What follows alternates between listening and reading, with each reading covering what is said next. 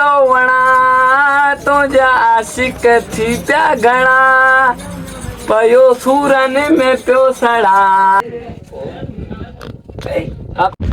अस्सलाम वालेकुम दोस्तों, चाल आहे ठीक आहियो? उम्मीद है तव्हां ठीक ठाक हूंदा। अॼु तमामु सिंध में शदीद गर्मी आहे ऐं असां मौजूदु आहियूं मोहम्मद अली एग्रीकल्चर फार्म ते।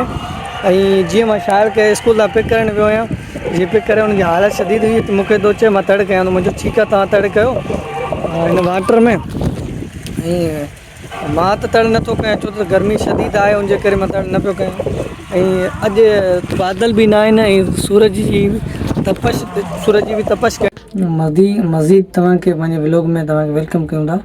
ऐं मुंहिंजी पोज़ीशन ॾिसी सघो था, मां शाइल मोबाइल ज़ोन ते मौजूदु आहियां ऐं मुंहिंजे शहर में चांगराड़ी में तमामु सुनसान लॻो पियो आहे शहर मुंहिंजो, छो त गर्मी बि शदीद आहे। मुंहिंजी पोज़ीशन जे मुताबिक़ तव्हां ॾिसी सघो था जीअं त मुंहिंजे जिस्म मां पसीनो निकिरे पियो ऐं मुंहिंजे अखियुनि मां बि पसीनो निकिरे पियो।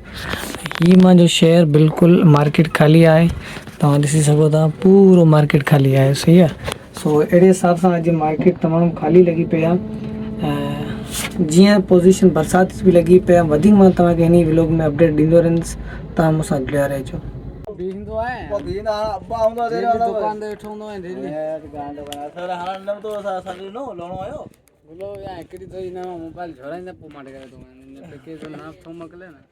गर्मी क्या हाँ हवा गर्मी आहे न, सी लगे तो ना हाणे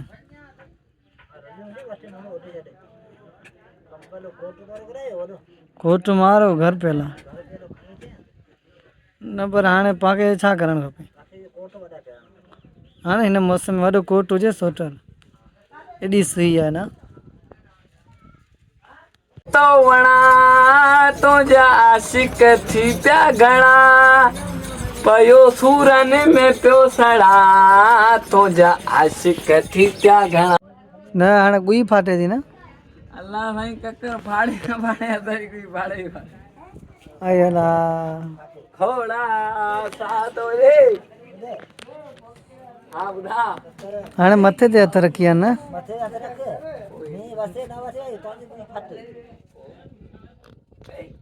दोस्तों ये अथव मौसम जो रुख ऐं जीअं तीअं सूरज पंहिंजी तरफ़ मोकिलण जी तरफ़ वञी रहियो आहे ऐं असांजे शहर जी मार्केट में बि माण्हुनि जी आमद थी रही आहे ऐं उमेदु आहे त बरसाति जो बि इम्कान आहे, उमेदु आहे बरसाति पवंदी।